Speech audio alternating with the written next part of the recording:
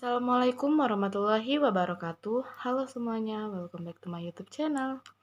Jadi di video kali ini saya akan membahas mengenai latar atau setting prosa fiksi angkatan 90.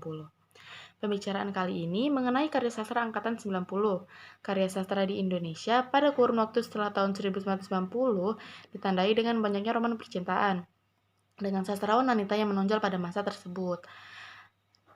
Karya sastra Indonesia pada masa angkatan ini tersebar luas di berbagai majalah dan penerbitan umum. Persoalan sejarah memang memegang peranan penting di sini. Angkatan 90-an memberikan nafas terutama surrealisme, pembongkaran bahasa, dan mulai memunculkan masalah gender. Memasuki era angkatan 90-an, penuh kebebasan ekspresi dan kepemikiran. Dengan ditemukannya percetakan, maka karya sastra jadi bersifat individual, yaitu seseorang pengarang menulis secara pribadi, kemudian sampai juga secara pribadi ke tangan pembacanya yang menikmatinya secara pribadi pula. Ciri-ciri angkatan 90 yaitu kecenderungan dominan dari penyairnya, yaitu lebih menyodorkan unsur asketik di antara kerumunan tema-tema sosial yang menghinggapi generasi penyair pada tahun 90-an. Kemudian, semakin banyak karya-karya sastra yang diterbitkan tanpa ketakutan apapun. Kemudian ditandai dengan banyaknya roman percintaan, mulai memunculkan masalah gender, dan yang terakhir yaitu mulai muncul sastrawan wanita yang menonjol. Analisis latar atau setting novel Saman karya Ayu Utami. Ayu Utami lahir di Bogor pada tanggal 21 November tahun 1968, yang merupakan anak terakhir dari 5 bersaudara. Nama lengkapnya adalah Justina Ayu Utami. Ayu Utami gemar menulis sehingga pada saat remaja majalah Kota memuat cerpennya. Sebenarnya menjadi penulis bukan cita-citanya karena ia ingin menjadi pelukis. Ayu punya bakat melukis sehingga sering mendapatkan pesanan lukisan dari teman-temannya. Oleh karena itu, ia ingin melanjutkan kuliah seni rupa di ITB. Akan tetapi, keinginan itu tidak disetujui oleh orang tuanya. Ayu pun akhirnya kuliah sastra Rusia di Universitas Indonesia sebagai pelarian. Ayu Utami menjalani kuliah dengan malas. Nah, novel Saman pada lahir di tahun 1998 pasca era reformasi dan jatuhnya pemerintahan Presiden Soeharto. Saat itu, Ayu berani mengungkap masalah politik, agama, bahkan seks secara terang-terangan. Saat permasalahan seks dan politik begitu jarang bahkan tabu dibicarakan, Ayu Utami malah secara berani mengangkat tema itu.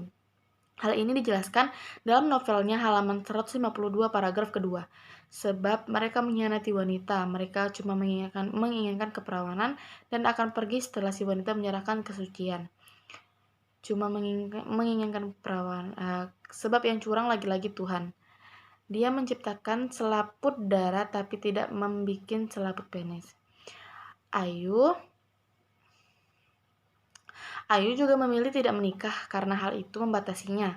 Tapi bukan berarti Ayu Utami mendukung seks bebas. Orang-orang Indonesia adalah orang yang konservatif dan sangat menentang seks bebas, apalagi di kalangan remaja. Padahal wanita yang sudah mempunyai suami ataupun sebaliknya banyak yang melakukan perselingkuhan tetapi jarang dibicarakan. Ayu Utami menggambarkan fenomena ini melalui sosok Laila yang mencintai Sihar yang sudah beristri, yang ditampilkan pada halaman 27 paragraf pertama. Kami juga kerap berjalan berjauhan sebab ia merasa ada teman istrinya di sekitar. Namun kami selalu berpisah dengan kecupan panjang dan nafasnya semakin deras. Apakah kita bersalah? Kadang saya merasa bersalah.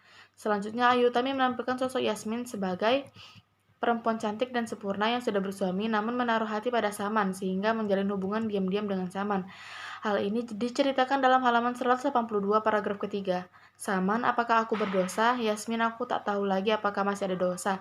Seks terlalu indah, barangkali karena itu Tuhan begitu cemburu sehingga ia menyuruh Musa merajam orang-orang yang berzina.